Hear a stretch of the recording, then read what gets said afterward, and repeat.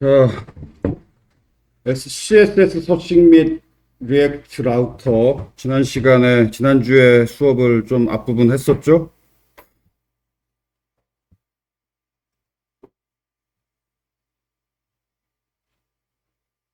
라우터 라이브러리 이렇게 설치해야 되고,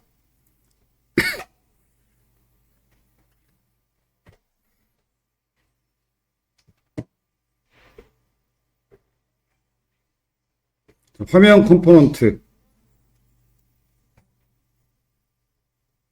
프론트엔드 앱은 싱글 페이지 앱이기 때문에 페이지를 나가버리면 프론트엔드 앱은 종료돼요. 그래서 여러 화면으로 구현될 때 그 화면 하나하나가 페이지일 수 없고 그냥 화면 컴포넌트여야 해요.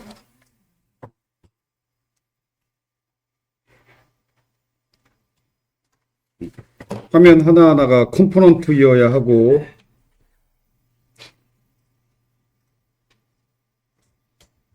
그래서 특별한 규칙은 없는데 나는 이게 Vue.js에서 이렇게 하거든. 화면 컴포넌트를 Views라는 폴더에 모아서 만들어요.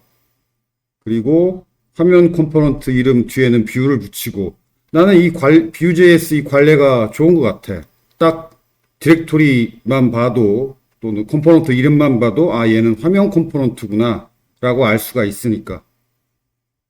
근데 뭐 특별한 규칙이 있는 건 아니고 각자 나름대로 디렉토리 구조를 정리를 하는 거죠. 자, 이렇게 화면 컴포넌트를 구현하고, 이 부분, 이 화면 컴포넌트를 이렇게 나열을 하면 돼요.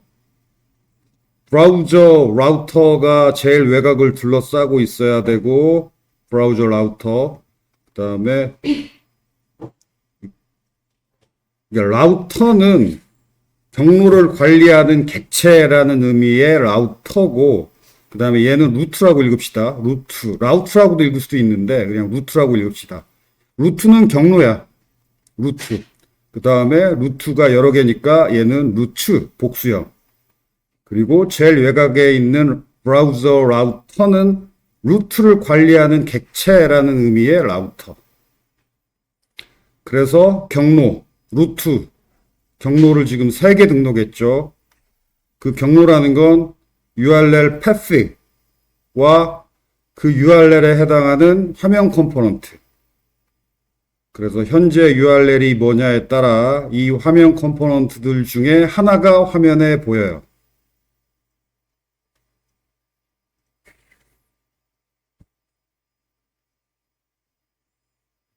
이게 리액트 라우터 기능이고 뭐 간단하죠. 아, 그리고 링크, 그 nav 링크 태그, 이제 그냥 평범한 A 태그를 사용하면 안 돼요. 평범한 A 태그를 사용하면 페이지가 전환이 돼. 페이지가 전환이 되면 프론트엔드 앱은 종료되는 거예요. 그래서 평범한 A 태그를 사용하면 안 되고, 이 화면 컴포넌트 URL 이거 넘어갈 때 이 nav 링크 이 컴포넌트를 사용해야 돼요. 그래서 이걸 클릭을 하면 이 해당 URL로 전환이 되고, 그러면 이 부분에서 화면 컴포넌트도 전환이 되고,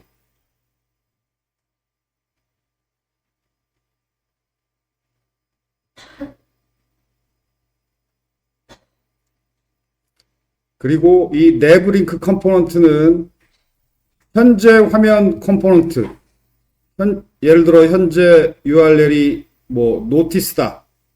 그러면 얘가 보이겠죠. 이 노티스 뷰 화면 컴포넌트가 보이겠죠. 그러면 이 nav 링크 이 컴포넌트는 사실은 내부적으로 좀 기능이 좀 변경된 A 태그를 출력하는데, 이 액티브 링크라고 그래서 현재 URL과 주소가 일치하는 이 링크에는 이 클래스 액티브 이게 붙어요. 자동으로. 그래서 이거 가지고 서식을 주면 돼요. 뭐가 지금 현재 링크, 액티브 링크인지 서식을 줄 수가 있어요. 아무 서식을 안 주면 이렇게 보이고, 그 다음, 자, 이제 서식을 줍시다. SCSS 서식.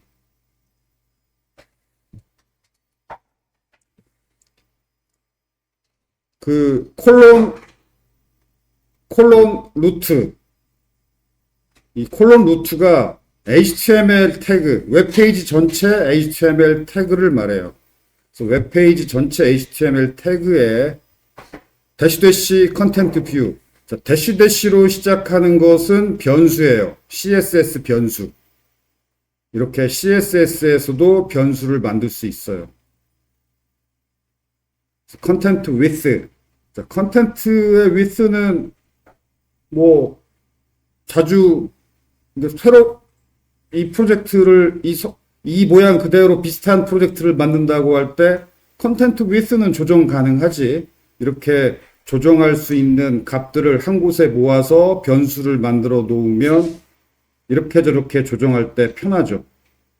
특히 테마 같은 거, 컬러.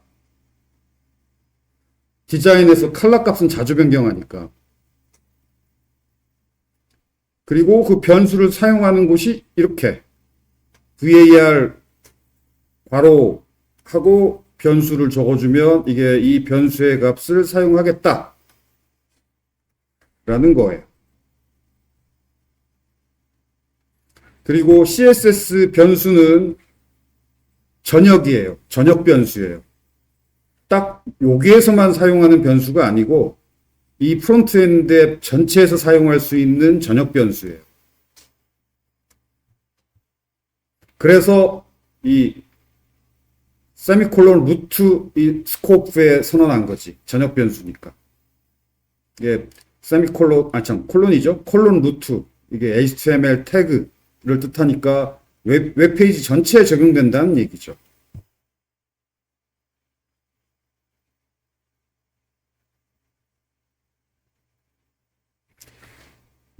오케이. 나머지 서식은 읽어보기 바래요.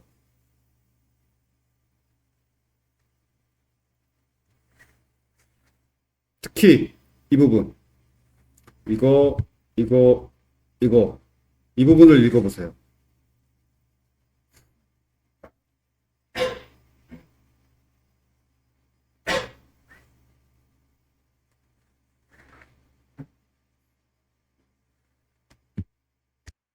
그 플렉스 레이아웃이라고 그래서 검색해 보면 플렉스 레이아웃에 대해서 아주 친절하게 잘 설명하고 있는 자료를 레이아웃 이렇게 검색하면 나와요.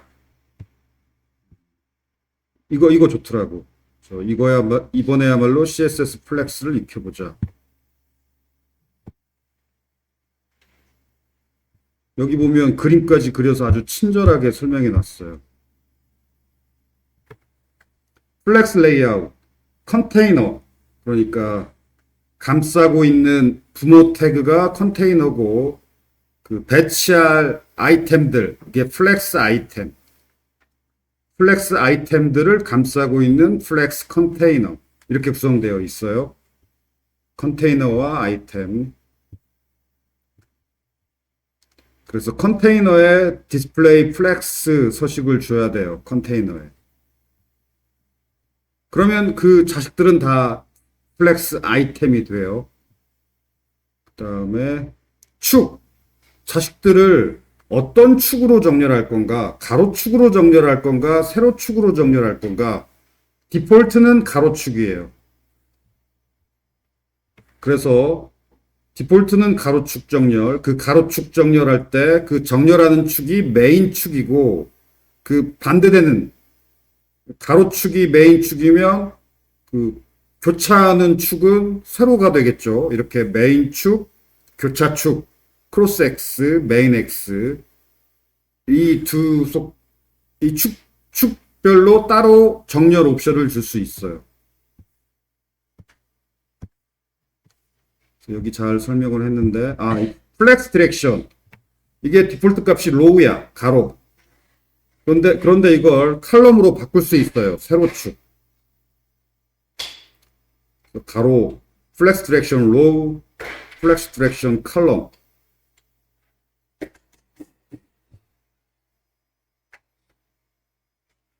디폴트가 로우니까 플렉스 디렉션 로우라고 따로 줄 필요는 없어.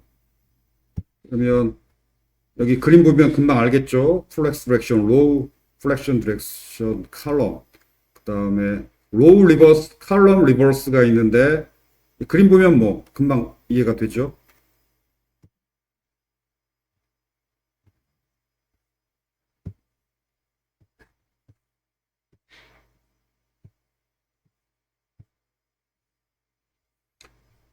그 자동으로 줄넘김 처리도 해줘요. 웹브라우저 창이 줄어들면 저렇게 자동으로 줄이 넘어가. 그래서 반응형 서식 구현하기에 좋지.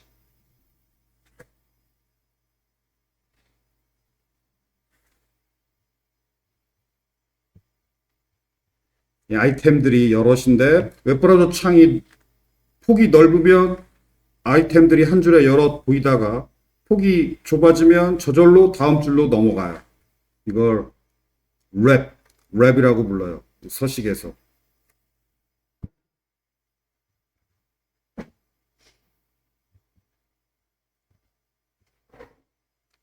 그런데 기본값이 no랩이야.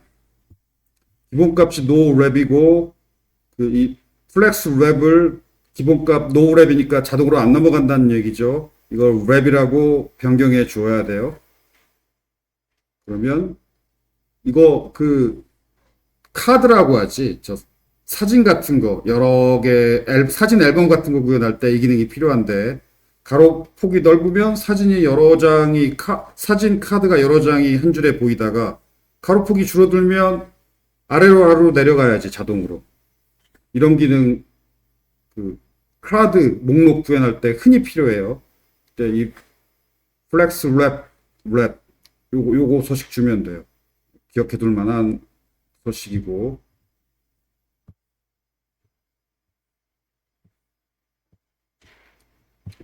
그 다음에 메인 축 왼쪽 정렬, 오른쪽 정렬, 가운데 정렬. 그 다음에 메인 축 또는 교차 축 따로따로 정렬 옵션을 줄 수 있어요.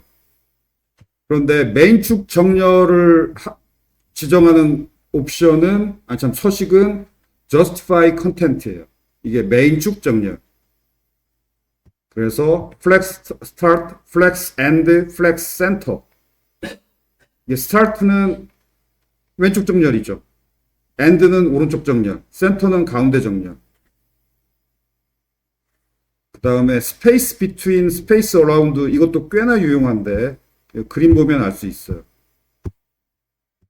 space between 하면 이렇게 정렬이 되고 space around 하면 이렇게 정렬이 돼요. 내가 보기에는 space around가 아주 사진 앨범 같은 거 구현할 때 아까 그 랩 주고 space around 주고 하는 게 매우 적절해요. 그러면 카드들 사이사이에 이렇게 여백이 적당히 보기 좋게 저절로 이렇게 돼요. 그리고 이 여백도 웹브라우저 창이 줄어들면 여백도 저절로 줄어들어. 매우 딱 사진 앨범 카드 사진 카드 여러 장 목록 구현할 때 딱 플렉스 레이아웃 이 스페이스 어라운드가 딱이더라고. 아니면 스페이스 이븐리 스페이스 어라운드하고 스페이스 이븐리 차이 그림 보면 금방 알겠죠?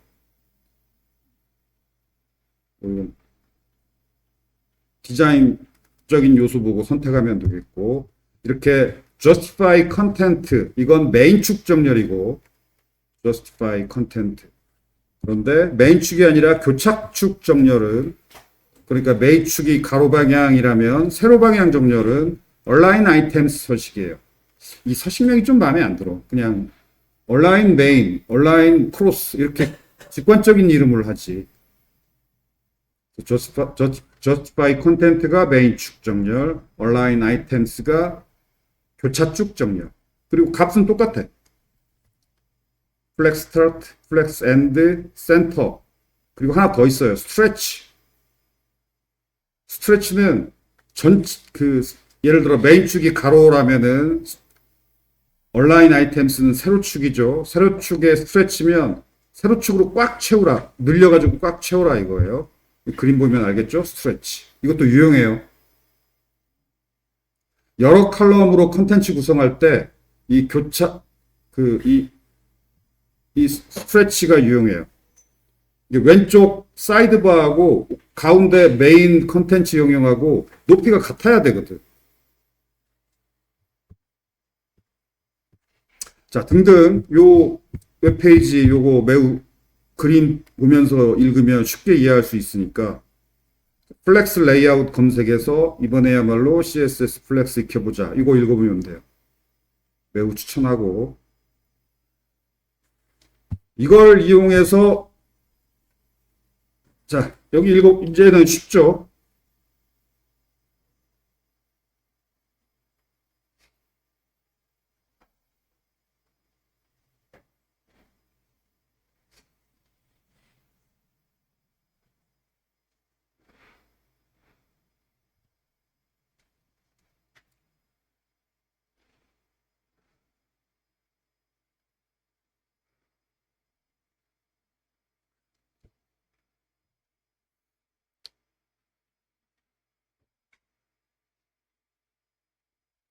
자, 여기 이게 헤더 태그예요. 헤더 태그 안쪽에 nev 태그가 있어요. 보통 링크를 묶어놓는 태그가 nev 태그예요.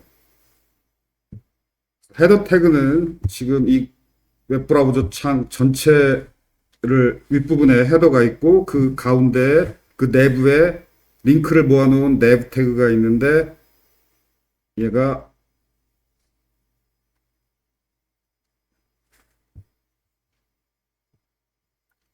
잠깐만 서식을 주고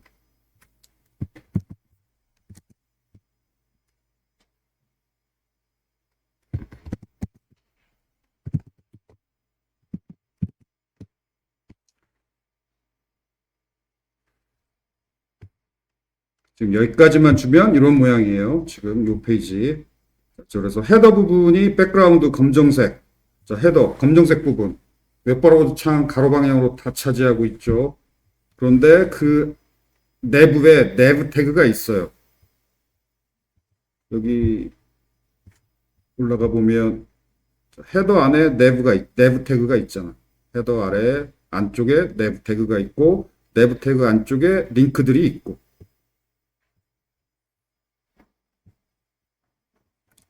그런데 헤더는 디폴트로 width가 가로축으로 100% 다 차지해. 그런데 내부는 맥스 width를 제한했죠. 1000픽셀이라고. 그리고 display flex justify content start. 그러면 내부에 있는 그 링크들이 디폴트로 가로 방향으로 나열되는데 스타트, justify content start니까 왼쪽에 붙죠.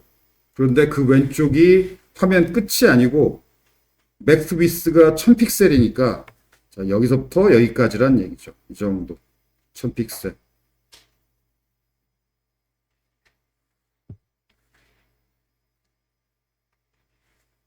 그리고 이건 nev 태그 안쪽에 있는 링크들에 해당하는 서식. 이 서식은 뭐 평범하죠. 그 다음에 이거 이 앰프센트 이게 이 중괄호에 해당하는 요 태그를 말해요. 즉 이게 a.active야. 앰프센트가 a를 말하니까 a.active 즉 클래스 네임에 active가 있는 a 태그는 백그라운드 컬러가 검정색이 아니고 회색. 그래서 이렇게 지금 홈, 노티스, 어바웃 어떤 게 액티브 링크인지 이 백그라운드 컬러로 알 수가 있죠.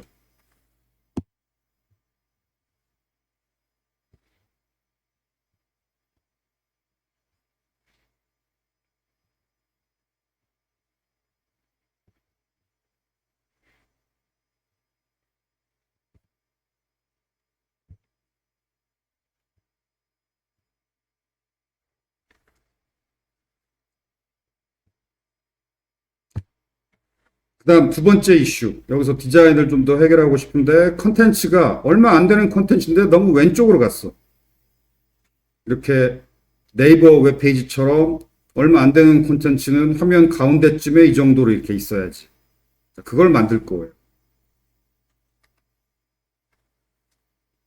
자, 이것도 역시 플렉스 레이아웃을 사용할 건데, 그리고 여기 어떻게 할 거냐면 이 컨텐츠 영역은 흰색 배경으로 하고 컨텐츠 영역 바깥은 이쪽 비어있는 여백, 좌우 여백은 약 밝은 회색으로 할 거예요. 그래서 여기 이게 HTML 태그라고 그랬죠? HTML 태그 웹페이지 전체의 백그라운드 컬러는 밝은 회색. 그리고 메인 태그 이게 컨텐트 영역인데 백그라운드 컬러가 흰색. 그리고 메인 컨텐츠의 width를 역시 컨텐트 width로 1000픽셀로 딱 제한을 하고, 자 이제 남은 건 가로축으로 메인 태그를 이걸 플렉스 레이아웃 사용할 거예요. 플렉스 레이아웃인데 디스플레이 플렉스 디렉션이 컬럼이에요. 그러면 첫 번째 자식인 헤더가 있고 두 번째 자식인 메인이 있고, 이게 헤더가 위, 메인이 그 아래 수직 방향으로 배열돼야죠. 첫 번째 자식인 헤더와 두 번째 자식인 메인. 그래서 플렉스 디렉션이 컬럼이고, justify content는 이 메인 축 정렬이죠. 컬럼, 수직 방향 정렬은 start, 위에 붙어라. 그 다음에 align items, 이건 교차 쪽 정렬이죠. 가운데 정렬. 그러면 이 메인 태그의 width가 1000픽셀이고 가운데 가로 방향으로 가운데 정렬이니까 화면 한가운데 위치하게 되지. 그래서 이 서식을 적용하면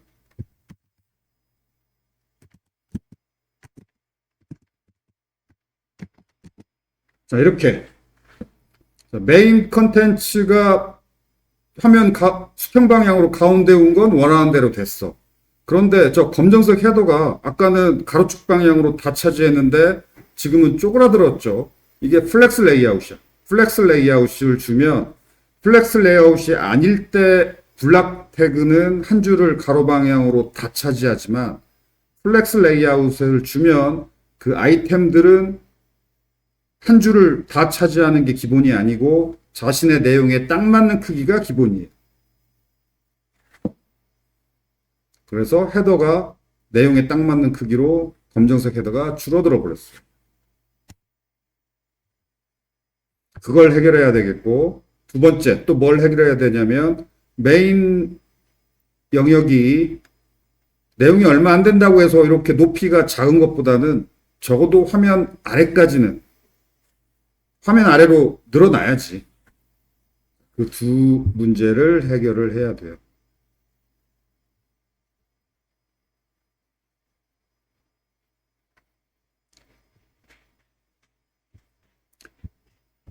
자, 그걸 해결하기 전에 여기 주석 부분 여러분이 직접 읽어보세요. 잠시 또 읽어봅시다.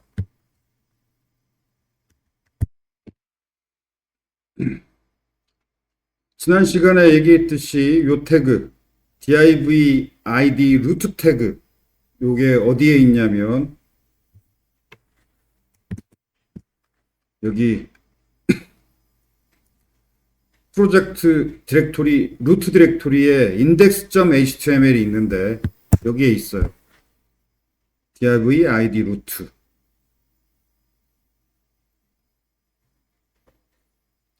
바디 태그 아래에 div id 루트 태그가 있고, 그 다음에 이 태그에 대한 언급이 어디 나오냐면 main.tsx에 있어요. main.tsx에 보면 document.getElementById root id가 루트인 태그를 문서에서 찾아라. document.getElementById 이게 바로 그 div id 루트 태그를 찾는다는 얘기죠. 찾아가지고 거기에 앱 컴포넌트를 렌더해요. 그래서 앱 컴포넌트가 여기에 렌더돼요. div id 루트.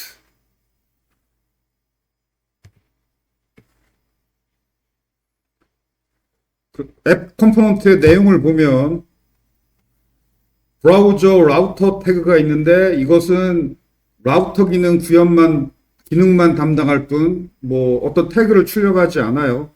그래서 여기서 출력되는 태그는 여기 이 헤더 태그랑 메인 태그가 출력이 되죠. 즉 div id 루트 태그의 바로 아래 자식이 요 헤더 태그랑 요 메인 태그예요. 이 두 태그를 지금 플렉스 레이아웃으로 이렇게 레이아웃 배치하고 있는 거죠. 내용은 뭐 적혀 있으니까 읽어보고 이해하기 바라고. 자, 지금 해결해야 될 문제, 헤더의 가로폭. 방금 얘기했듯이 이 헤더 태그의 디폴트 위스는 100%지만 플렉스 레이아웃을 적용했더니 저렇게 줄어들어 버렸죠. 그 다음에 또 해결해야 되는 문제가 있어요. 뭐가 있냐면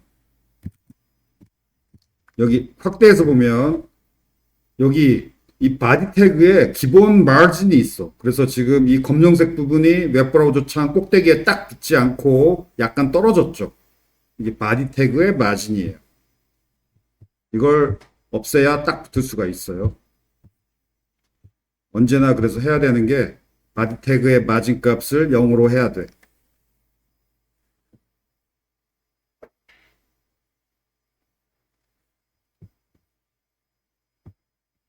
자, 그래서 화면 배치 샵2. 자, 바디 태그의 마진을 0으로 주면 이제 헤더가 웹브라우저 창 위쪽에 딱 붙을 수 있게 되고 헤더 태그의 width를 다시 100%로 바꿔주고 그러면 아니지.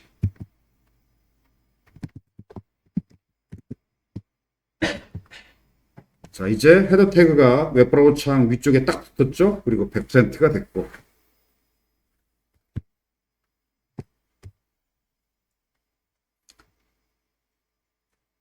자, 이제 흰색 컨텐츠 영역, 이게 메인 태그인데 이거의 높이가 웹브라우저 창 아래까지 꽉 채우도록 그렇게 설정을 해야 돼요.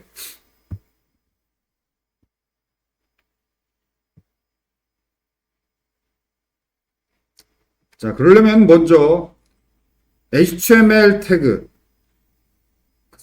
콜론 루트가 HTML 태그라고 그랬죠. HTML 태그도 웹브라우저 창을 높이도 꽉 100%, 웹브라우저 창을 100% 채우고, 마찬가지로 바디 태그도 웹브라우저 창을 100% 채우고.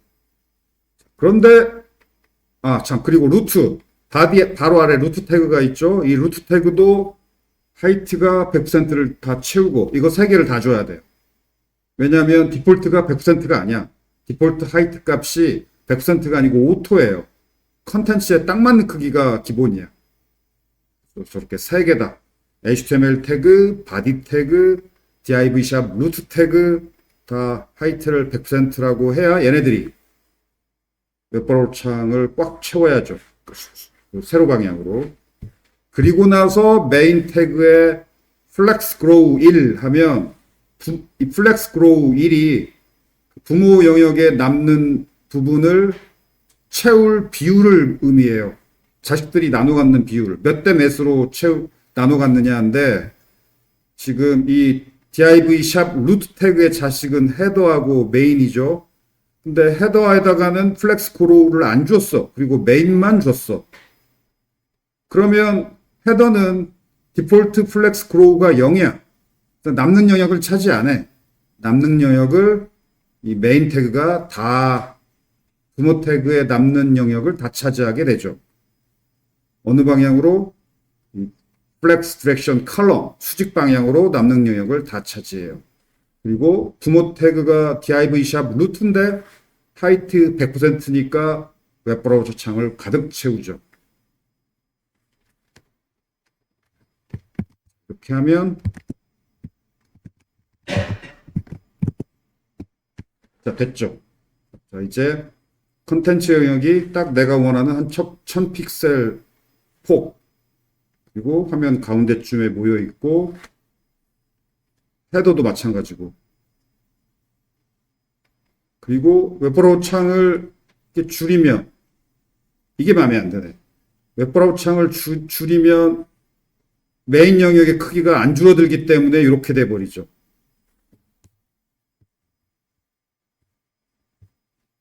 자, 이 부분. 그 다음으로 해결해야 될 문제가 이거.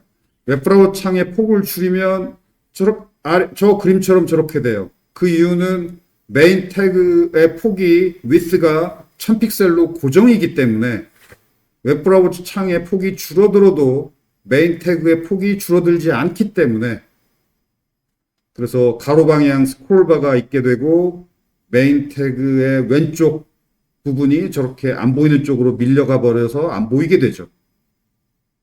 자, 이 부분을 또 해결해야 돼요. 그 방법이 화면 배치 샵4예요. 자, 읽어보세요.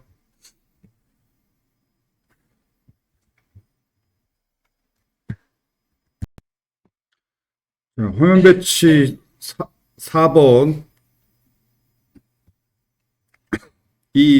이것도 언제나 필요한데, 아까 그 서식 주기 시작할 때 언제나 줘야 되는 게 이거, 적어도 이거 두 개 필요해요. 바디 태그의 마진 0 줘야 되고, 언제나. 그 다음에 여기 아스테리크, 박스 사이징, 보더 박스. 이것도 언제나 필요해요. 아스테리크는 모든 태그를 의미해요. 모든 태그에 이 서식을 적용해라.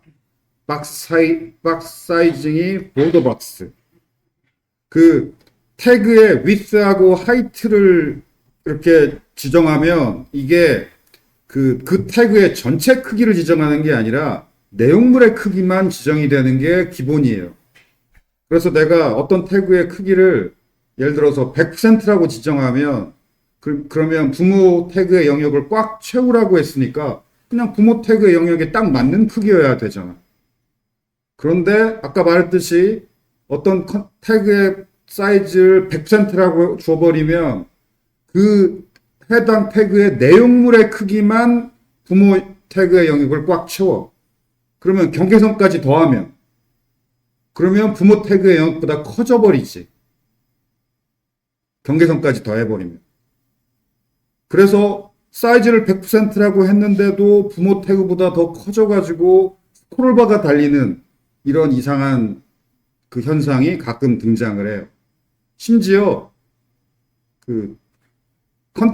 태그의 실제 크기는 컨텐츠의 크기 플러스 보더, 경계선의 크기 플러스 마진 값까지 해야 돼요.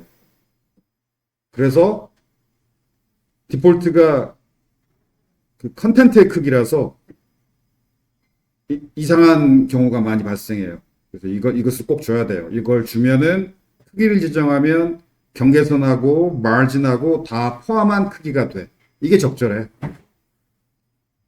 자, 그리고 이 부분이 CSS의 기능이 상당히 막강해요. 그래서 어떤 함수도 사용할 수 있는데 메인 태그의 width를 100% 이거나 아니면 컨텐트 width 변수의 값 둘 중에 작은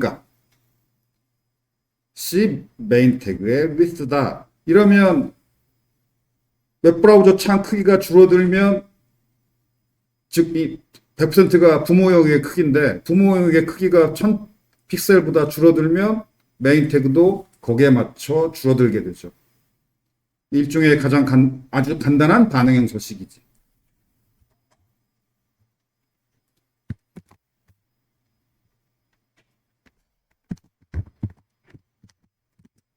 그래서 이제는 웹브라우저 창이 넓으면 가로 방향으로 이렇게 적절한 컨텐트 위스까지만 차지하고 나머지는 회색 여백.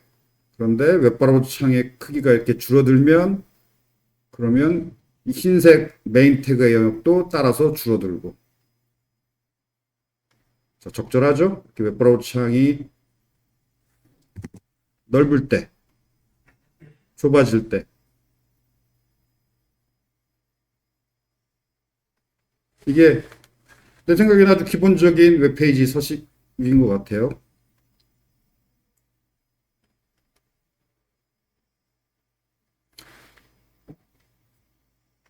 오케이.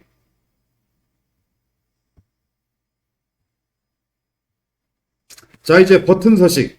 버튼을 또 만들어 봅시다. 앞에서도 만든 적이 있는데 여기서는 좀 심플하게 만들었어요. 그 다음에 웹페이지의 어떤 특정 부분이 아니고 웹페이지 전체에 적용되는 공통 서식을 이걸 index.scss 파일에 구현하는 게 적절해 보여요. index.scss. 자, 여기에 웹페이지 전체에 적용되는 공통 서식 일로 몰아왔어요. .btn 이게 버튼 서식인데 버튼도 웹페이지 여기저기 다 버튼이 있을 테니까 뭐 특정 컴포넌트에만 버튼이 있는 게 아니죠.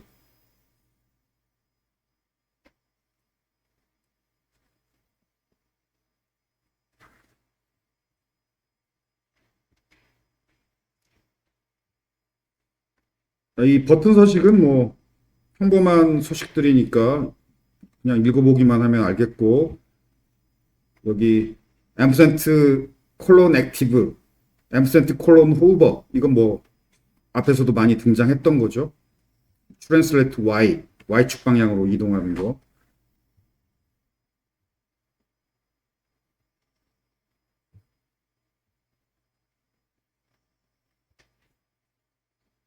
그리고 이렇게 반응형 서식을 구현할 때 가급적 대부분의 크기를 EM 단위로 글자 크기죠. M이라는 문자 글자 크기예요. EM 단위로 주는 게 매우 적절해요. 그러면 축소하고 확대할 때 지금 여기 HTML 태그의 폰트 사이즈를 11피트라고 지정을 했고 그러니까 모든 여백이랄지 뭐 마진, 패딩 등등 대부분의 크기가 EM 단위라서 글자 크기 단위라 글자 크기에 비례하는 단위로 이렇게 크기를 다 줬기 때문에 폰트 사이즈만 변경하면 여백이든 뭐든 다 일괄 비례해서 늘어나고 줄어들고 하죠. 그래서 이게 매우 적절한 것 같아요. 대부분의 크기를 EM 단위로 폰트 사이즈에 비례하게.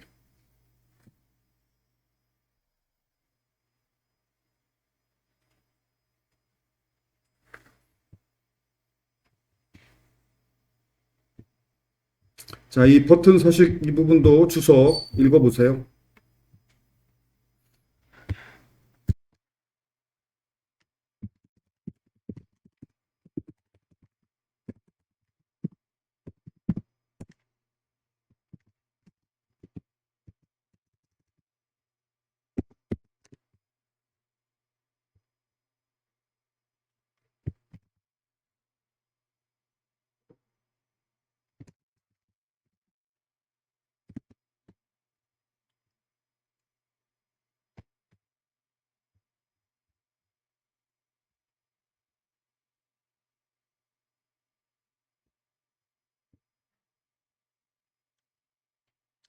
자, 그 다음 버튼 서식 샵2 색, 버튼 색.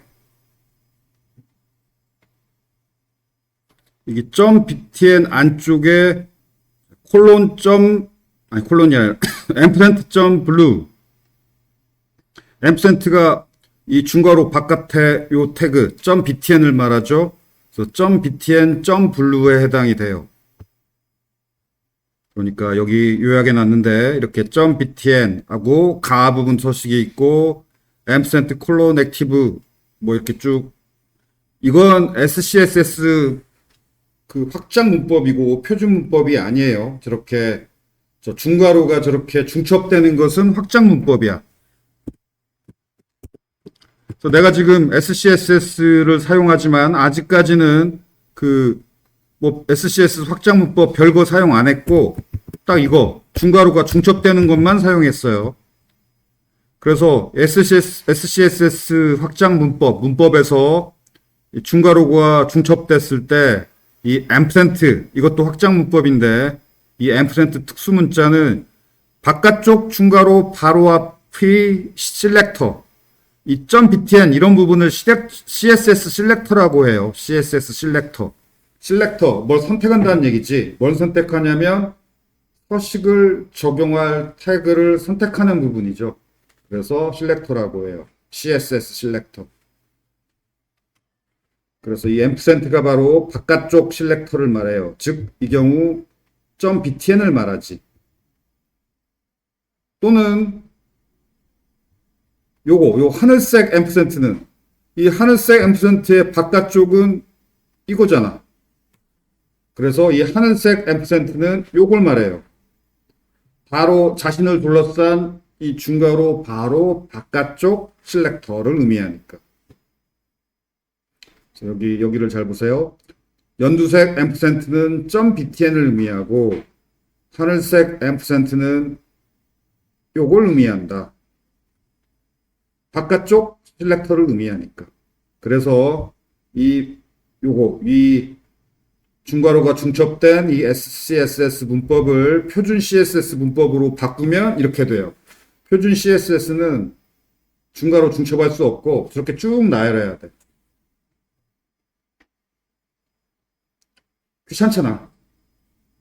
귀찮아요, 이 부분이.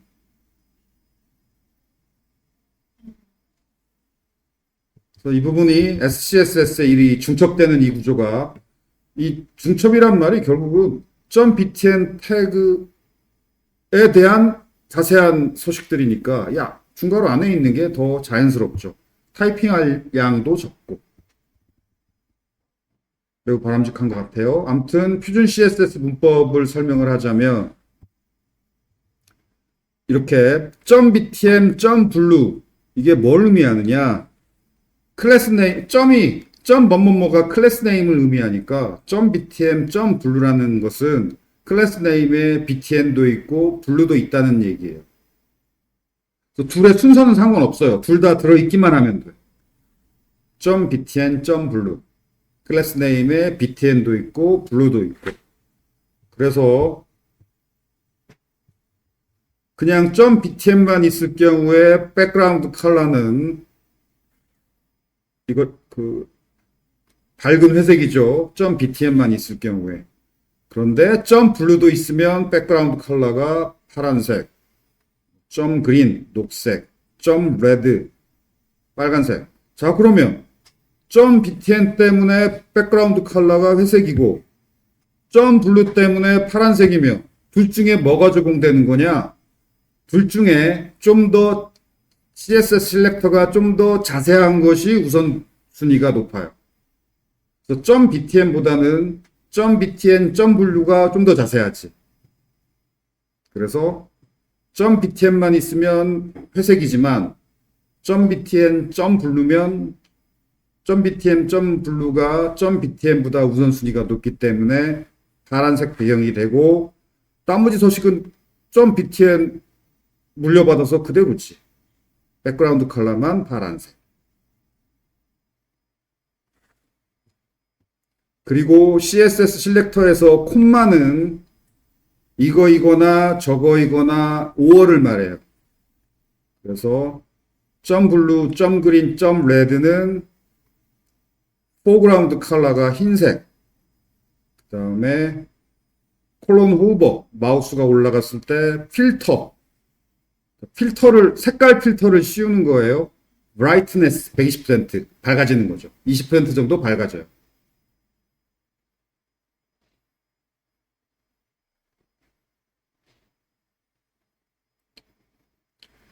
그 다음에 .black 검정 버튼 백그라운드 컬러 검정색 글자색은 흰색 그 다음에 콜론 호버 자, 마우스가 올라가면은 백그라운드 컬러가 회색이 되고 이 120 검정색에다가 120% 밝아진 건 티도 안 나더라고. 그래서 그냥 아예 색깔을 샵 55 회색으로 이렇게 백그라운드 컬러를 바꿔줘 버렸어요.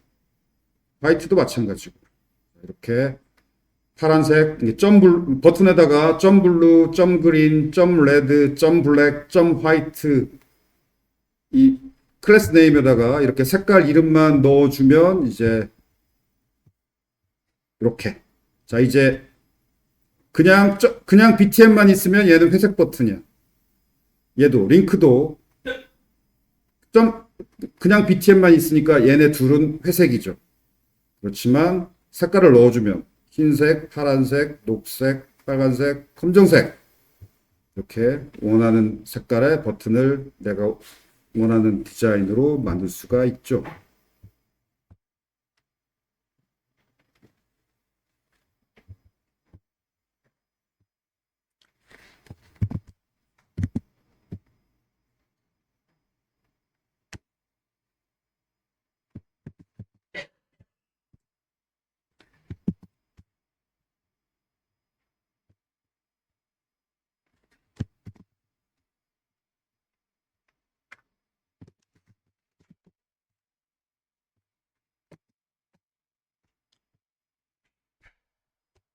자, 그래서 이렇게 흰색, 파란색, 녹색, 빨간색 버튼, 그리고 파란색, 녹색, 빨간색 버튼 위로 마우스가 올라가면 120% 밝아지죠.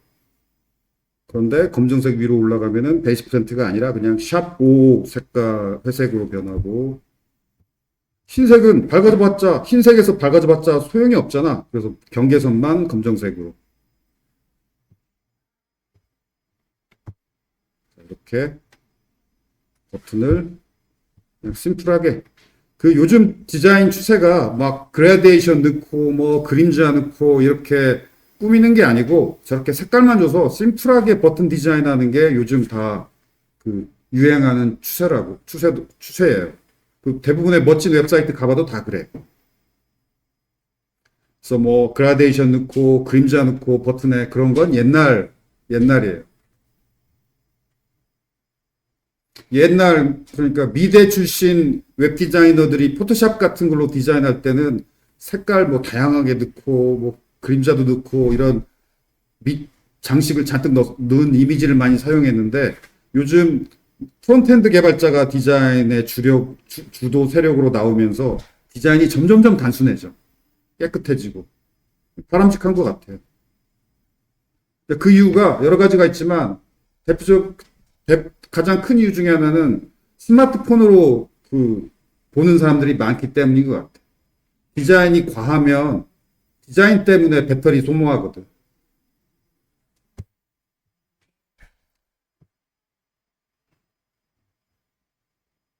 자, 그 다음, 여기까지만 얘기하고 싶시다. 버튼의 크기. 저, 거의 모든 크기를 EM 단위로 줬기 때문에 버튼을 크게 작게 하려면은 그냥 폰트 사이즈만 바꿔줘도 돼요. 그런데 폰트 사이즈만 바꿔주는 것보다 그러니까 패딩 여백 안 바꿔줘도 되긴 해요. 왜냐하면 패딩이 다 EM 단위라서. 그렇지만 패딩도 적절하게 늘려주고 줄여주고 하는 게 더 나은 것 같아서.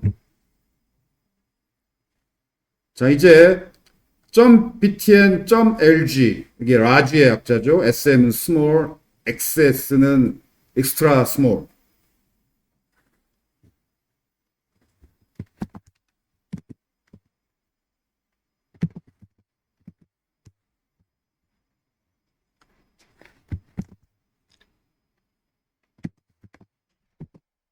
그래서 이렇게 그냥 BTN 하고 색깔만 주거나 그냥 BTN만 주면은 그냥 BTN이면 회색 버튼이고 그냥 평범한 노멀 크기. 그런데 색깔을 줄 수도 있고 색깔에다가 추가로 사이즈도 줄 수 있고 LG 주면 커지고 스몰, SM, XS 주면 더 작아지고 이렇게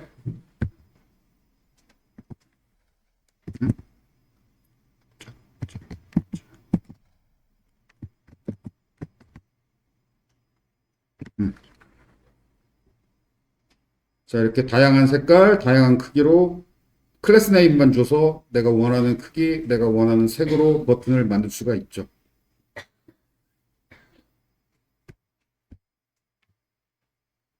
이런 식으로 클래스 네임을 조합해가지고 내가 원하는 서식을 주는 이런 방식을 유틸리티 클래스라고 하던가, 유틸리티 서식이라고 하던가, 유틸리티라고 불러요. 타일윈드가 그쪽으로 극한까지 간 거예요.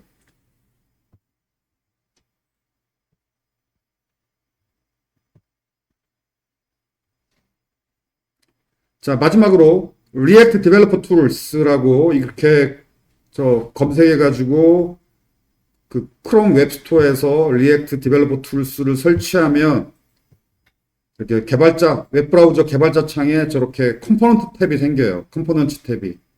컴포넌트 탭에 이렇게 들어가 보면 현재 화면에 보이는 컴포넌트들의 이 계층 구조를 볼 수 있어요. 그래서 지금 현재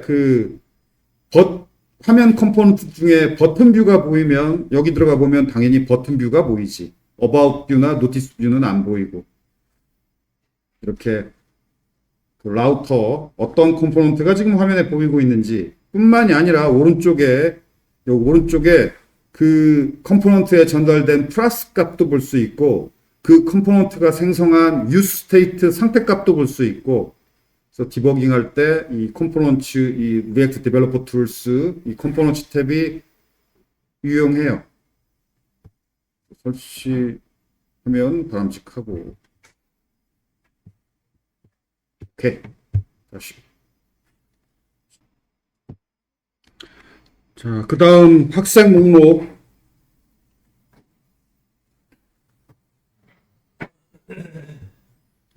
스튜던트 1 프로젝트를 만듭시다.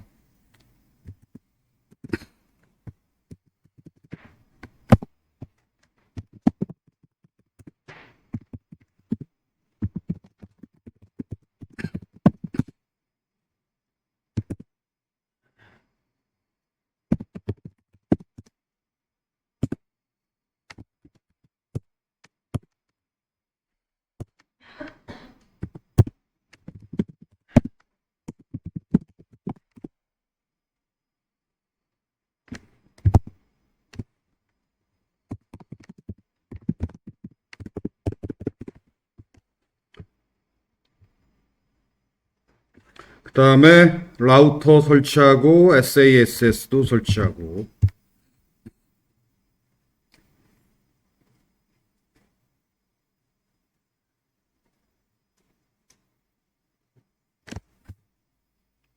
그 다음에 엑시오스 프론트엔드 개발해서 엑시오스 뭐 사용해 봤죠. 뭐 따로 또 설명 안 해도 되겠죠.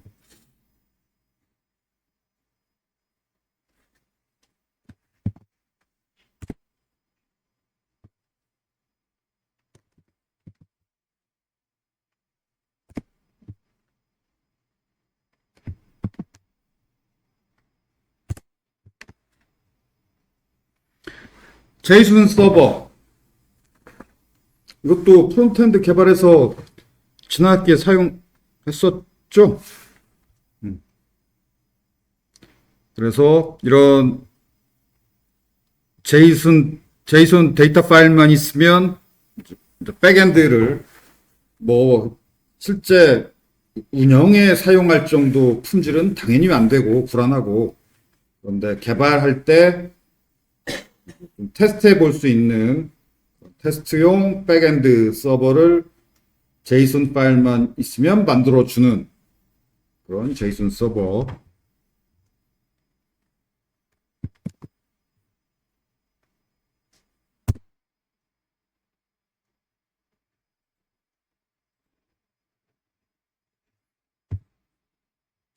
제이슨 서버 설치했고 이거 G 옵션을 줬죠. G 옵션이 글로벌을 얘기해요.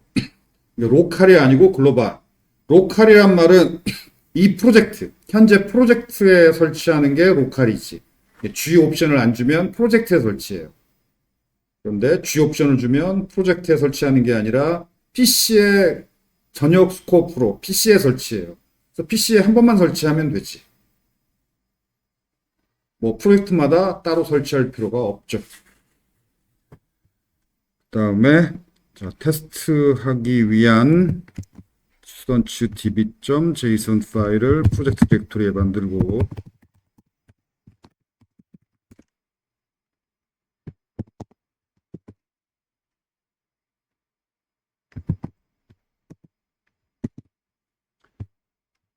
다음에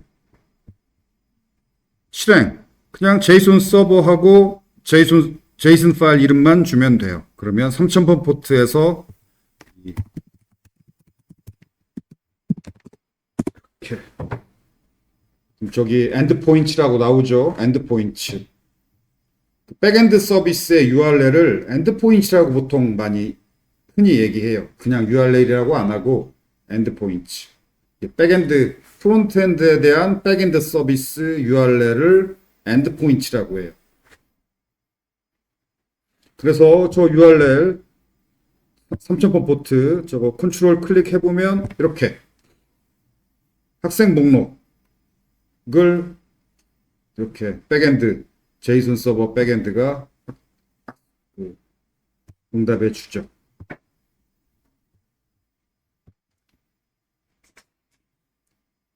스튜던츠 하면 학생 목록. 조인 기능도 제공해줘요. 그래서 그 스튜던트 테이블은 아니고 제이손이지만 어쨌든 디파트먼트 아이디가 있지. 이게 외래키에 해당하죠. 디파트먼트 아이디 외래키로 디파트먼트 테이블과 조인하지. 이거 해줘요. 그래서 그거 해달라고 물음표 언더바 expand 하고 그 디파트먼트라고 여기 s를 붙이면 안 돼. 그냥 단수형으로 적어야 돼. 이때는 이렇게 적어주면은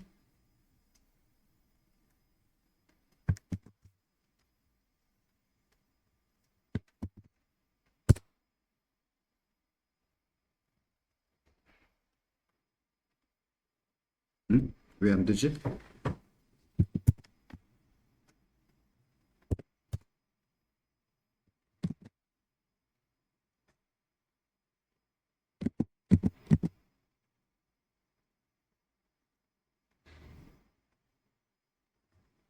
제이슨 서버 버전 때문에 그러나?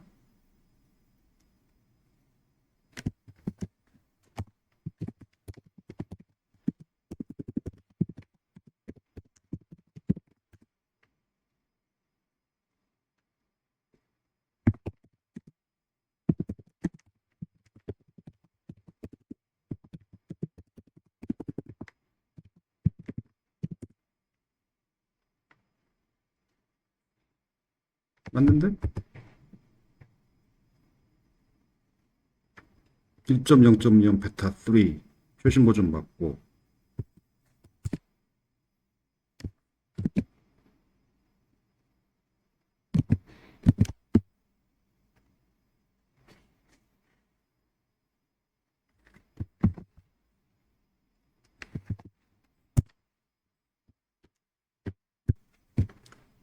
학과 목록 구현 코드를 봅시다. 공통 코드, 공통 타입, 여러 소스 코드 여러 곳에서 사용되는 공통 타입을 이렇게 여기저기 필요하니까 한 군데 모아서 구현하고 필요한 곳에서 임포트하는 게 적절하죠. 그래서 디파트먼트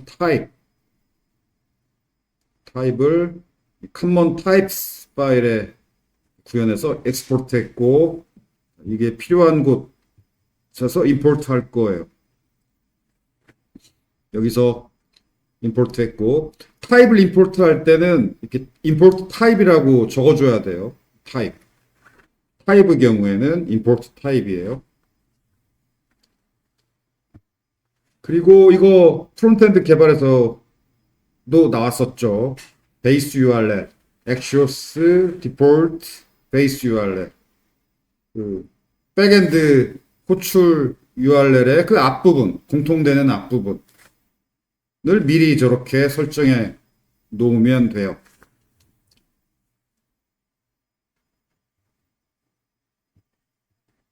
그다음에 여기 주석 있는 부분 이거 보고 설명을 합시다. 그다음에 헤더 테이블에서 이 헤더 부분은 전혀 변화가 없죠. 이렇게 전혀 변화가 없는 부분을 정적이라고 얘기해요. 스태틱. 변화가 없다라는 뜻이에요. 스태틱. 그 정적인 부분을 컴포넌트로 저렇게 분리해서 구현하면 리액트 렌더링 최적화에 도움이 되죠. 그래서 렌더링 최적화 측면에서는 컴포넌트를 많이 분리할수록 좋아요. 그런데 그 분리의 기준이 변화의 정도야. 전혀 변화가 없는 부분, 또 반대로 자주 변화하는 부분, 이런 걸 따로 이렇게 컴포넌트를 분리하면 렌더링 최적화가 컴포넌트 단위이기 때문에 예를 들어서 전혀 변화가 없는 부분을 컴포넌트로 분리하면 어떤 렌더링 최적화가 일어날 수 있느냐? 한 번 렌더링 된 후에 그 다음부터 렌더링 안 돼요. 변화가 없으니까. 그래서 그런 렌더링 최적화에 도움이 된다라는 거. 그리고 그 분리가 그리 어렵지도 않잖아. 이렇게 간단하게 이렇게 분리하면 되니까. 마찬가지로 디파트먼트 아이템도 분리했는데 이것도 마찬가지 이슈예요. 데이터가 변경될 때마다 다시 렌더링 돼야지, 그 부분이. 그러면 딱 변경된 그 부분만 렌더링 될 수 있으려면은 딱 그게 이렇게 하나하나 참 데이터 하나하나가 이렇게 컴포넌트로 분리가 되면 그 변경된 데이터 딱 그 tr 태그만 렌더링 될 수 있는 거죠. 자주 변경되는 부분, 변경 안 되는 정적인 부분, 이런 식으로 컴포넌트를 분리해서 구현하면 리액트 렌더링 최적화에 도움이 돼요. 그렇지만 이렇게까지 그 뭐 초급 수준에서 이렇게까지 렌더링 최적화까지 신경 쓰며 구현하지 않아도 돼요. 그냥 편한 대로 구현해도 돼, 사실은. 나중에 렌더링 최적화는 나중에 이제 기능이 많아지면 렌더링 속도가 문제가 되는데 그때쯤부터 고민을 해도 사실은 돼요. 근데 나는 이제 수업이니까 이렇다라고 알려주려고 한 거고. 그 다음에 디파트먼트 뷰. 이건 내 개인적인 취향. 아까 앞에서도 얘기했지만 나는 화면 컴포넌트 이름 뒤에는 뷰를 붙이는 것이 내 취향이에요. 이름만 보고도 화면 컴포넌트구나 알 수 있게. 그리고 그 학과 목록 데이터 그게 유스 스테이트 상태여야지. 그래야 데이터가 변경되면 다시 렌더링 돼야 되니까. 그리고 LMSG 이것도 유스 스테이트 상태여야죠. 왜냐하면 에러가 발생하면 LMSG를 렌더링 해야 되니까. 이렇게 데이터가 변경될 때 에러가 발생했을 때 즉시 렌더링 해야 되니까 즉시 렌더링 돼야 되는 이런 정보들은 유스 스테이트 상태여야 렌더링이 되죠. 그 다음 저 방금 사소하게 업데이트한 게 이거예요. 이 load departments라는 함수가 있고 그 함수를 여기서 호출했는데 이게 바깥에 있었는 유스 이펙트 바깥에 있었는데 이걸 유스 이펙트 안쪽으로 몰아넣었어요. 별 차이 없어. 안에 있으나 밖에 있으나. 뭐 아주 사소한 차이고 뭐 무시해도 돼요. 그런데 안에 있는 게 좀 나을 것 같아. 왜냐하면 어차피 안에서 호출하니까. 유스 이펙트 이거 배웠죠? 첫 번째 파라메타 여기서 여기까지가 화살표 함수죠. 그리고 두 번째 파라메타는 빈 배열이죠. 두 번째 파라메타가 빈 배열이면 이 첫 번째 파라메타 이 화살표 함수를 컴포넌트가 마운트 될 때 한 번 그 호출하죠.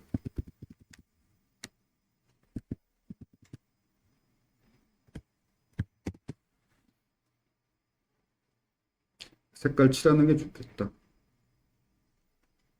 좀 더 자세히.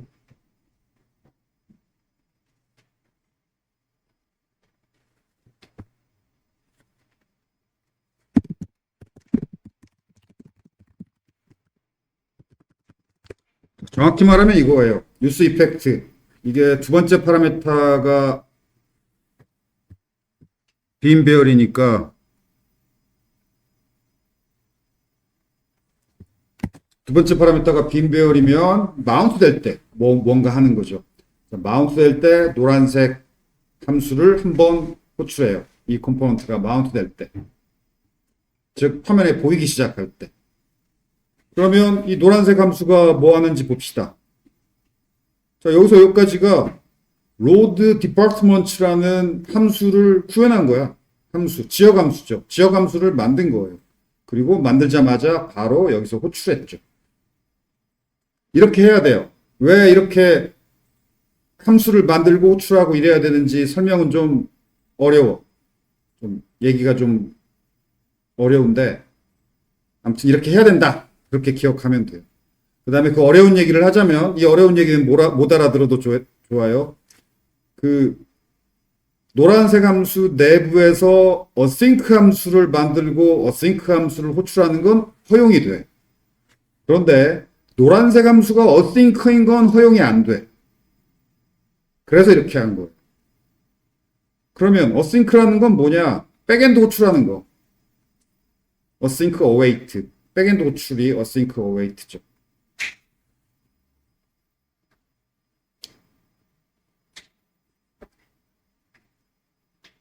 이렇게 async 함수를 만들고 호출해야지 그냥 이 함수 본문을 노란색 함수에다가 이 백엔드 호출하는 코드 본문을 직접 넣어버리면 그러면 노란색 함수가 async 함수가 되어야 하는데 그게 허용이 안 돼요. use effect의 첫 번째 파라메타 콜백 함수는 async 함수일 수가 없어요. 그래서 할 수 없이 async 함수를 따로 만들어서 호출한 거예요. 이 설명은 못 알아도 좋아요. 그냥 이렇게 한다라고 알면 돼요. 초급 수준에서는.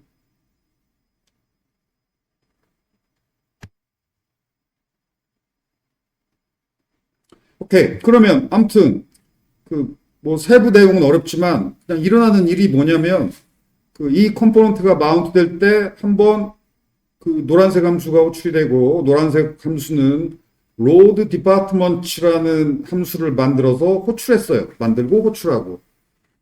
호출하면 무슨 일이 일어나느냐? 본문이 실행이 되는 거지. 백엔드에 그 엔드포인트 URL get 요청하고 백엔드로부터 응답이 오면 그 응답에 학과 목록 데이터가 들어있겠죠. 그걸 useState 상태에 set해요. 그러면 useState 상태가 set 됐으니까 화면이 다시 렌더링 되겠죠. 그래서 이 백엔드 응답이 좀 느려. 0.1초 정도 걸려요. 0.1초나 또는 좀 서버가 좀 바쁘고 멀리 있다면 0.2초 이렇게. 그래서 처음 렌더링 할 때는 여기 디파트먼트 상태의 초기 값이 비어있는 배열이죠. 처음에는 비어있는 배열로 렌더링이 돼요. 일단 비어있는 배열로 렌더링이 된 후에 한 0.1초 있다가 백엔드로부터 응답이 오죠. 응답이 오면 응답받은 데이터를 set department 하니까 0.1초 있다가 응답이 온 후에 다시 렌더링이 되죠. 그때 학과 목록이 채워져서 렌더링이 되죠. 그래서 이 department 뷰는 기본적으로 두 번 렌더링이야. 처음에 빈 배열로 렌더링이 되고 0.1초쯤 있다가 백엔드로부터 데이터가 오면 set department가 호출이 돼서 다시 한번 렌더링이 되고 이렇게 다시 렌더링 될 때 이제 학과 목록이 렌더링이 되는 거죠. 그래서 눈이 예리한 사람은 그 0.1초 빈 목록에다가 채워지는 그 0.1초를 좀 예리한 사람은 느낄 수 있어요.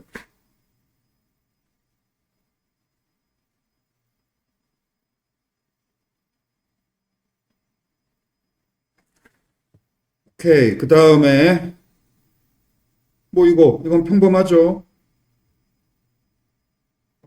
이렇게 학과 목록 배열을 이런 식으로 렌더링하고 이 부분 에러 메시지 이거 레이지 이밸루에이션 문법이죠. ERR 메시지가 true에 해당하는 값일 때만 오른쪽 이 div 클래스 네임 에러 이 태그가 렌더링 되고 ERR 메시지 값이 false에 해당하면은 아무것도 렌더링 안 되죠. 여기 레이지 이밸루에이션 문법 여러 번 설명했죠.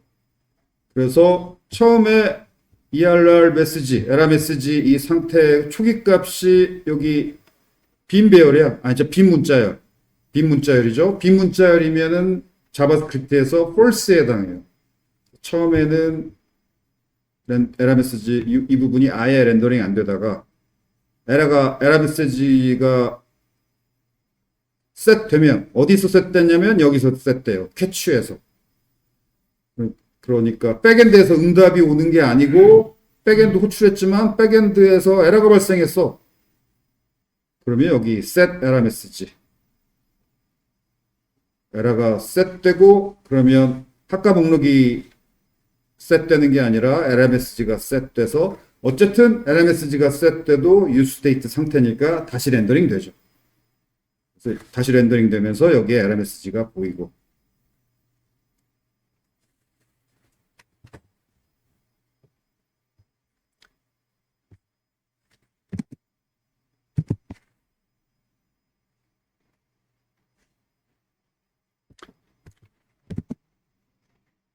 이게 제이슨 서버에 딜레이를 줄 수 있을 거야.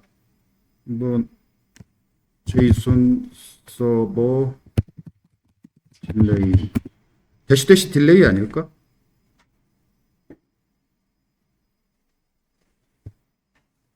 그치 대시 딜레이를 줘봅시다.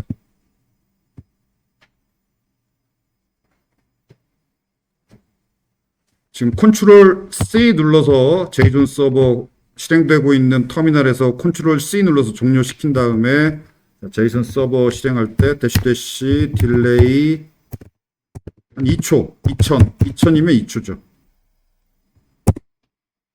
오케이.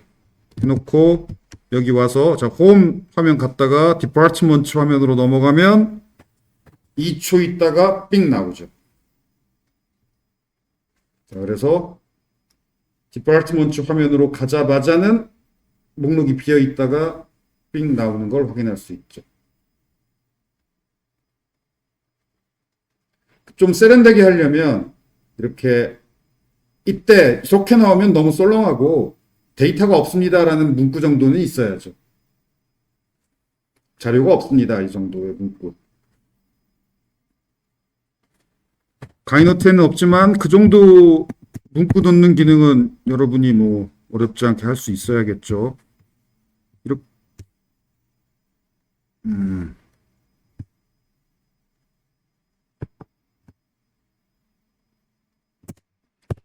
이렇게 하면 되지.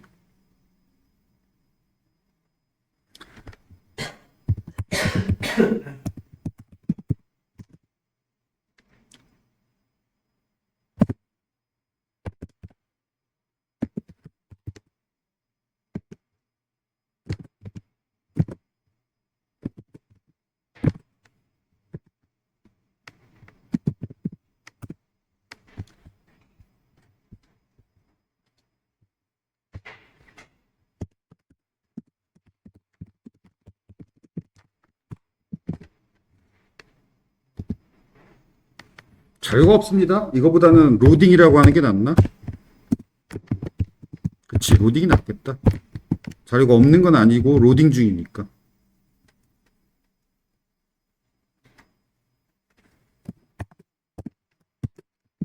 자, 이거죠. 간단하죠. department.length가 0이면 이것도 lazy evaluation 문법 0이면 여기하고 똑같죠. 이게 false면 아무것도 렌더링 안 되고 이게 true면 즉 length가 0이면 그때는 요게 렌더링 되죠. 그래서 한 줄 tr 태그 한 줄 출력이 되고 로딩이라고. 그리고 여기 칼스펜 이것은 이 td 태그가 3칸 차지한다는 뜻이에요. 3개의 컬럼을 차지한다. 칼스펜 3. 그러면 다시 홈 화면 넘어갔다가 디파트먼트 화면 넘어가면은 2초 동안은 로딩 하다가 삥 보이죠.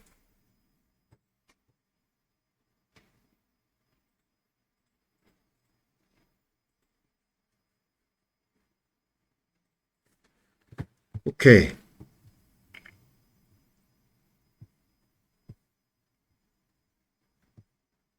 그 다음에 목록 서식. 요 서식이 어디에 정의되어 있냐면은 그 index.scss에다가 서식을 넣었어요. table.list 이 서식.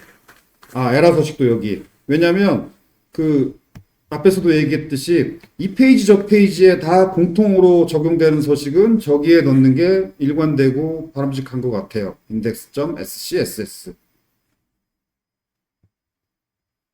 그래서 table.list 이 서식은 학과 목록, 뭐 학생 목록, 뭐 교수 목록, 자료 목록 여기저기 자료 목록에 다 적용될 서식이니까 공통 서식이죠. 일종의 에라도 마찬가지고 이런 건 index.scss에 넣는 게 바람직한 것 같고 여기 서식은 뭐 평범하죠. 뭐 굳이 설명할 필요 없어 보이고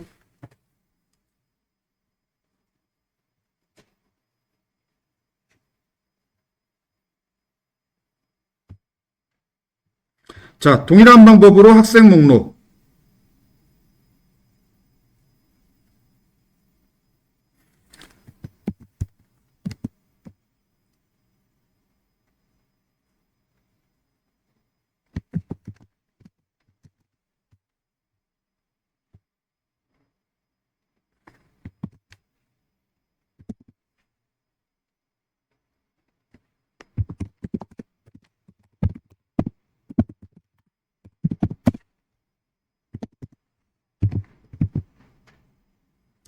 얘도 똑같이 로드 수선치가 지금 유스 이펙트 바깥에 있는데 왜 지금 아까 그 집어넣냐면 강의 노트에 보면 강의 노트는 여러분 좀 코드 이해하기 쉽게 로드 수선치 함수가 여기 있고 여기서는 호출만 하는 게 좀 더 코드가 좀 단순해 보여서 쉬운 것 같아요. 그렇죠?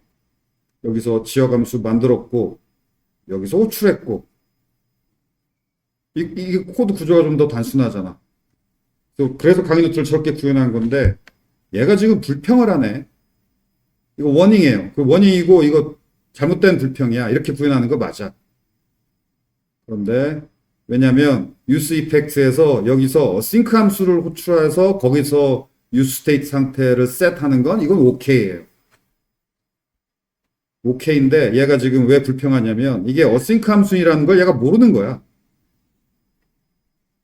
왜 모르냐면 바깥에 있으니까. 그래서 그걸 알라고 안에 넣어주면 불평이 사라져요. 그래서 방금 안으로 넣은 거예요. 근데 어쨌든 빨간색 밑줄 보기 싫으니까 얘도 넣읍시다.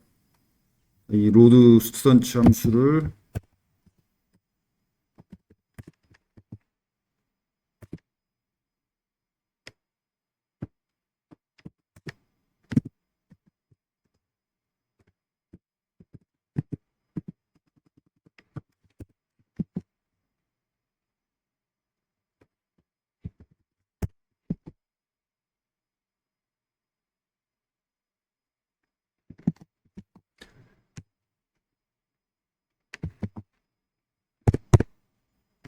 그래서 지금 얘도 강의 노트를 업데이트 했어요.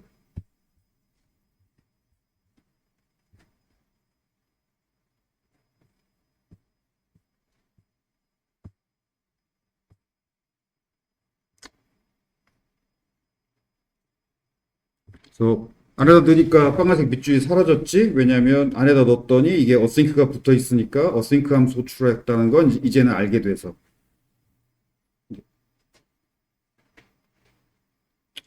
빨간색 밑줄 보기 싫으니까.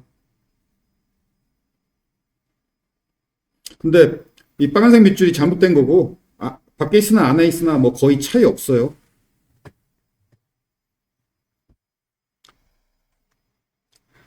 자, 그래서 디파트먼트 뷰 구현했던 거랑 거의 똑같은 구현이죠.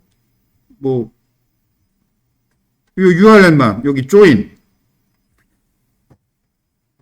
했기 때문에 이 부분에서 department.name 소속 학과명을 출력할 수 있죠. 그리고 여기 물음표가 뭐냐면 여기 앞에 설명이 있는데 여기 요 물음표 같은 이유인데 그 백엔드 조회 URL에 이 expand department 부분이 있을 때만 백엔드 응답 데이터에 department 속성이 있고 그렇지 않을 때는 없죠. 즉 저 백엔드 응답 데이터에 디파트먼트 속성이 있을 수도 있고 없을 수도 있잖아. 이런 걸 옵셔널 프로퍼티. 옵셔널 프로퍼티 이름에는 이런 물음표를 붙여 주어야죠. 물음표를 안 붙여주면 만약에 저 속성이 없을 때 타입 일치 에러가 나요. 이것은 있을 수도 있고 없을 수도 있는 속성이다 라고 물음표를 붙여 주어야 돼요.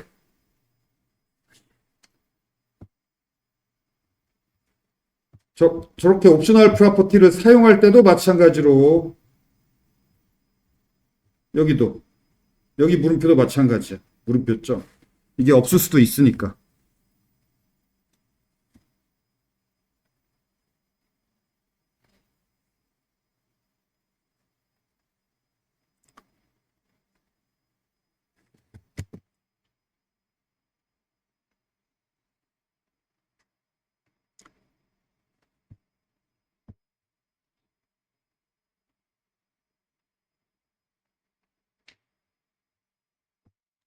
그래서 디파트먼트가 옵셔널 프로퍼티니까 그냥 점 하면 안 되고 물음표 점 해야 null exception 에러가 안 나요.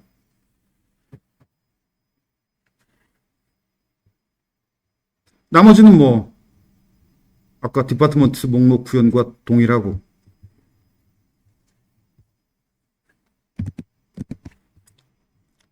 그리고 자 이제 앱에서 이렇게 수선치 뷰도 이렇게 링크도 추가하고 루트도 추가하고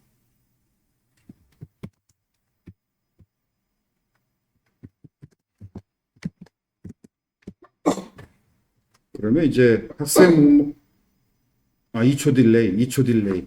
2초 딜레이 줬기 때문에 바로 안 나오고 2초 있다가 나오죠. 학생 목록, 학과 목록.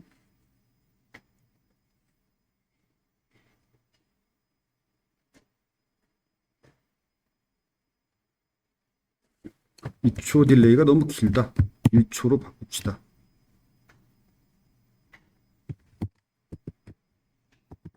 2초.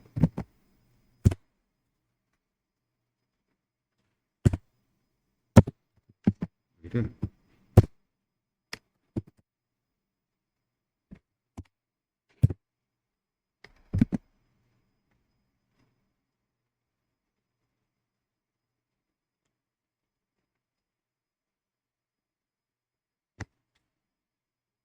1초도 기네. 0.5초.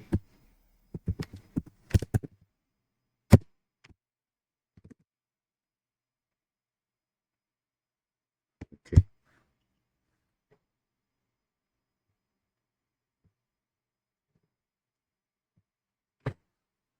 자, 마지막으로 부록 반응형 서식. 부록이에요.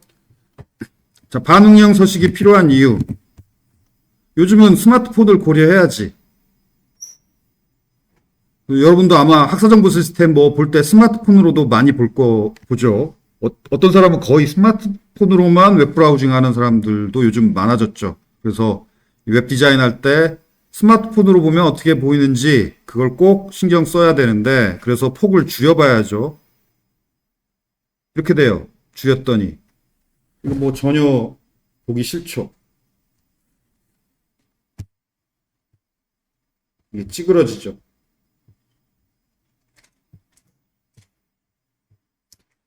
그래서 반응형 서식 구현. 설명은 이따 하고 실행부터 해보죠.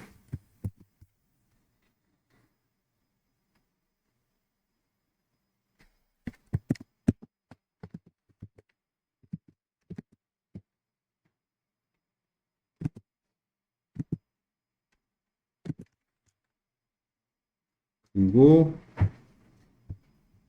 이제 스튜던트 뷰에서 이렇게만 수정해주면,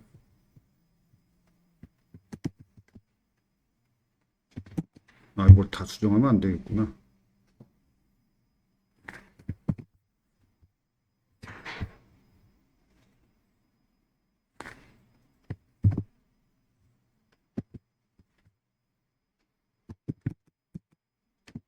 얘지.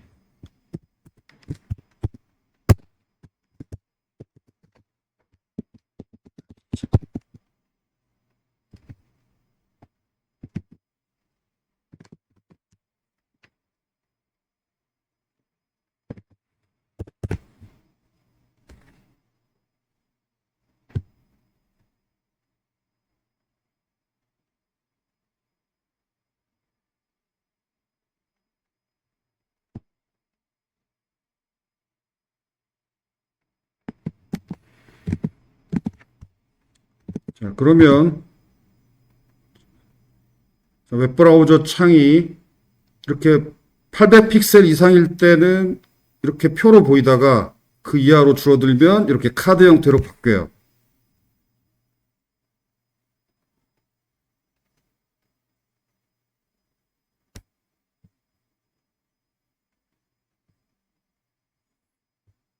저렇게 카드 형태로 바뀌는데, 그러면 스튜던트 학생 목록 스튜던트 뷰에서 뭐만 달라졌느냐? 이 노란색으로 칠한 부분만 달라지면 돼요.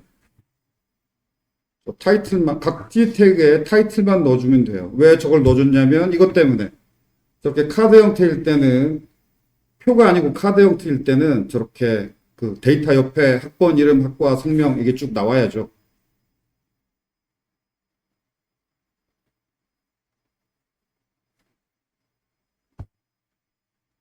그리고 저 타이틀만 넣어주면 반응형 서식 만들어주는 건, 이건 공통 서식이야. 그래서 index.css에 구현했어요.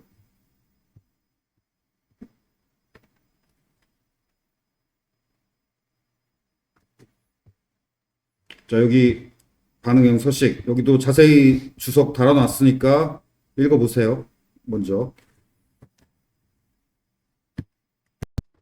자, 반응형 서식 구현할 때 이거 흔히 사용하는 건데 골뱅이 미디어 맥스 위스 얼마 이게 이 폭 이하로 웹브라우저 창이 줄어들 때만 이 서식을 적용한다예요.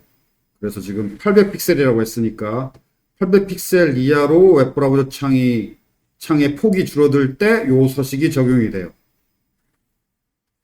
그리고 이거 CSS 셀렉터의 뭐 아주 고급 기법이죠. 테이블.리스트에 이 서식을 적용해요. 즉 테이블 클래스 네임 리스트 태그에 이 서식을 적용하는데 모든 이 태그는 아니고 콜론 has 뭘 가지고 있는 것만 뭘 가지고 있는 거냐면 td 태그이면서 타이틀 애트리뷰트 값이 있는 td 태그 그걸 가지고 있는 테이블.리스트에는 이 반응형 서식을 적용한다는 거고 그래서 여기 td 태그에 타이틀 애트리뷰트를 넣어줬죠. 그래서 학생 목록 이 테이블에는 이 반응형 서식이 적용이 되지만 디파트먼트 이 td 태그에다가는 타이틀 값을 안 넣어줬어요. 그럼 얘는 적용이 안 돼. 왜 학생 목록만 적용하냐면 학생 목록은 이렇게 반응형 서식 적용해야 되지만 학과 목록은 적용 안 해도 되지. 어차피 좁아. 어차피 좁아서 반응형 서식 굳이 적용 안 해도 돼요. 그래서 td의 타이틀 값만 이렇게 넣어주면 그 해당 그 테이블은 이 반응형 서식이 적용이 돼요. 테이블 태그가 가로 방향으로 부모 영역을 꽉 차지하고 T-헤드 이 제목이죠. 테이블 제일 위에 그 제목 부분은 이제 필요 없죠. 화면에서 안 보이게 없애버리고 왜 화면에서 안 보이게 없애버려야 되냐면 자 이제 화면 위에 제목은 필요 없고 데이터 항목 옆에 제목이 들어가야 돼. 그래서 T-헤드는 안 보이게 디스플레이 done 그러면 이제 제거가 돼요. 안 보여요. 그리고 tr 태그 디스플레이 블락. tr 태그의 기본 디스플레이 값은 테이블 로우고 td 태그의 기본 디스플레이 값은 테이블 셀이에요. 테이블 로우, 테이블 셀. 이러면 마진, 패딩 이런 거 잘 안 먹어요. 그래서 디스플레이 블락으로 바꿔주면 이제 마진, 패딩 서식 줄 수 있고 뭐 이건 평범하죠. 또 그 tr 태그 안에 있는 td 태그도 역시 디스플레이 블락 경계선 안 그리고 여백 주고 자, 이 부분이 고급이죠. 또 자, 이것도 이거 앞에서 나왔죠. 이거 여기서 나왔죠. td 태그이면서 타이틀 애트리뷰트 값이 있는 td 태그라고 여기 똑같은 거예요. td 태그이면서 타이틀 애트리뷰트 값이 있는 td 태그에 이 서식을 적용하는데 콜론 before 이 콜론 before가 요 태그의 내용 before 앞부분에 어떤 컨텐츠를 삽입하라는 서식이에요. 이게 td 태그 요런 형태의 td 태그 앞부분에 어떤 컨텐츠를 자동 삽입 어떤 컨텐츠냐면 attr 타이틀 이게 타이틀 애트리뷰트 값이에요. 그러니까 요거 타이틀 애트리뷰트 값 학번 이름 학과 성별 이메일 폰 이 애트리뷰트 타이틀 애트리뷰트 값을 삽입하고 그 다음에 여기 뒤에 또 문자열이죠. 타이틀 애트리뷰트 값 그 다음에 콜론 문자열. 그래서 여기 보면 타이틀 애트리뷰트 값 뒤에 콜론 문자열까지 이게 삽입됐죠.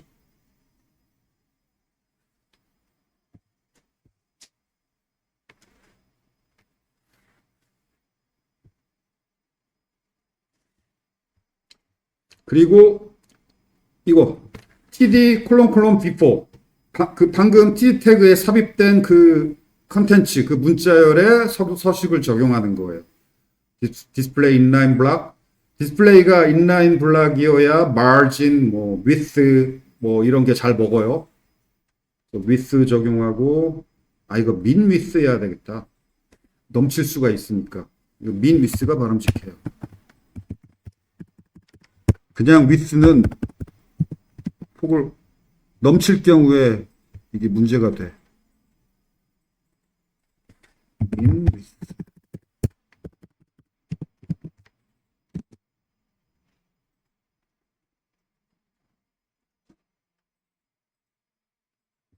min with.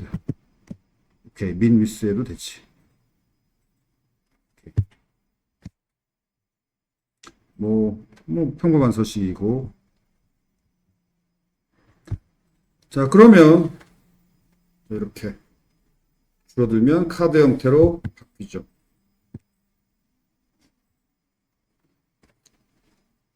오케이. 자, 이제 저런 반응형 서식이 필요하면은 그러니까 이 서식이 테이블점 리스트이면서 td 태그에 타이틀 값이 있는 거니까 테이블 태그에 클래스 네임 리스트 주면 되고 td 태그에 타이틀 값 주면 되고 이러면 돼요. 그러면 이 공통 서식이니까 이제 학생 목록, 뭐 교수 목록, 강좌 목록 이런 데 다 갖다 쓸 수 있죠. 내가 테일윈드 싫어하는 이유가 이거예요. 테일윈드식으로 하면은 이런 태그 하나하나다 그거 다 타이핑해야 돼. 이렇게 공통 서식 이런 개념이 테일윈드는 없죠. 그래서 테일윈드 구현한 거 보면 정말 지저분해. 이 태그 옆에 클래스 네임이 굉장히 길게 다다다닥 붙어 있어요.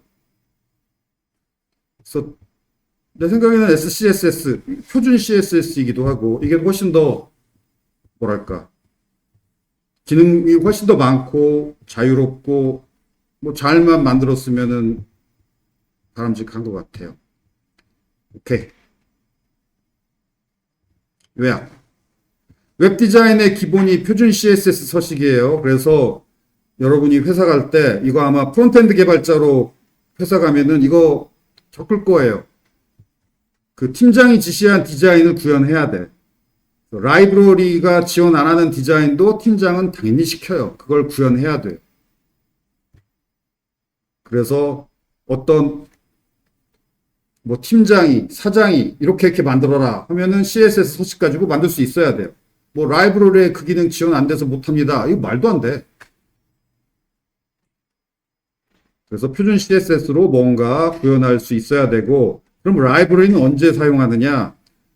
표준 CSS로 구현할 수는 있지만 좀 더 간결하게 빨리 편하게 구현하고 싶을 때 라이브러리를 사용하는 거지, 라이브러리를 사용해서는 구현하지만 표준 CSS로는 구현 못한다 이러면 안 돼요. 왜냐하면 라이브러리가 표준 CSS의 모든 기능을 다 지원하는 거 아니야. 그리고 또 하나, 라이브러리는 망할 수 있어요. 스타일드 컴포넌트 라이브러리가 한때 매우 유행했지만 지금은 망해가고 있죠. 테일윈드 라이브러리도 뭐 지금이야 매우 유행하지만 언제까지 갈지. 왜냐하면 좋아하는 사람도 있지만 싫어하는 사람도 있어. 싫어하는 사람도 꽤 많아요. 나만 싫어하는 게 아니야. 그래서 표준 CSS를 반드시 공부해야 된다라는 거. 그래서 어떤 식으로 공부하면 되냐면, 여러분은 지금 거의 대부분 완전 초보일 테니까 완전 초보는 그냥 인강 따라서 해요. 인강에서 테일윈드로 뭔가 디자인한다면 그냥 따라서 하면서 테일윈드 배워. 그리고 완전 초보는 무조건 인강이든 뭐든 따라 하면 되고, 두 번째, 완전 초보 수준을 넘고 싶을 때 라이브러리를 이용해서 구현했던 서식 혹은 웹브라우징 하다가 어디서 발견한 멋진 서식, 이걸 표준 CSS로 만들어보는 훈련, 공부를 꼭 해야 돼. 그래야 나중에 팀장이나 사장이 요런 모양 한번 만들어봐라 할 때 만들 수 있지. 그래서 2번, 3번 공부를 꼭 해야 돼요. 계속 강조하지만 프론트엔드 개발자는 디자인이 반이야. 무슨 얘기냐면 디자인은 굉장히 잘해. 그런데 리액트는 초보라서 아직 실수를 잘해. 이런 직원은 써먹을 때가 있어요. 왜냐하면 회사에서는 디자인 할 일도 많아. 그런데 디자인도 초보고 리액트도 초보고 이러면 써먹을 데가 없어. 어디다 써먹겠어. 그래서 내 생각에는 초보 때는 먼저 디자인에 익숙해지는 게 먼저예요. 왜냐하면 정말 초급한테는 디자인, 뭐 테마 변경 이런 건 심각한 기능이 아니잖아. 그리고 테마 변경, 뭐 디자인 개편, 콘텐츠 뭐 변경하기 이런 일 회사 가면 굉장히 많아. 그래서 신입들일수록 그런 잡일 비슷한 걸 많이 하고 그때 필요한 게 이런 디자인 능력이야. 그래서 그 디자인을 못한다 그러면 거의 바로 잘린다고 봐야 돼요. 리액트 기능에 익숙하지 않은 건 좀 공부 좀 해라라고 봐주지만 프론트엔드 개발자는 꼭 디자인 공부해야 된다라는 거. 그리고 인강에 나와서 강의하는 사람은 라이브러리만 이용하고 디자인 강조 안 하고 라이브러리를 뚝딱 할 텐데 왜 그러냐면은 인강 나와서 강의하는 사람들은 대부분 쿠팡이나 뭐 네이버나 이런 대기업 개발자들이 인강 많이 찍잖아. 거기는 SCSS, CSS로 디자인을 전담하는 전문 디자이너가 있어요. 그래서 거기 인강 만드는 개발자는 그 팀장이나 사장이 그 전문 개발자한테는 리액트 개발만 시키지 디자인은 안 시켜. 그런 큰 회사는 전문 프로 디자이너가 있어. 그래서 그 사람이 디자인 강조 안 한다고 여러분이 들어갈 회사도 그럴 거라고 오해하면 안 돼요. 오케이, 마칩시다.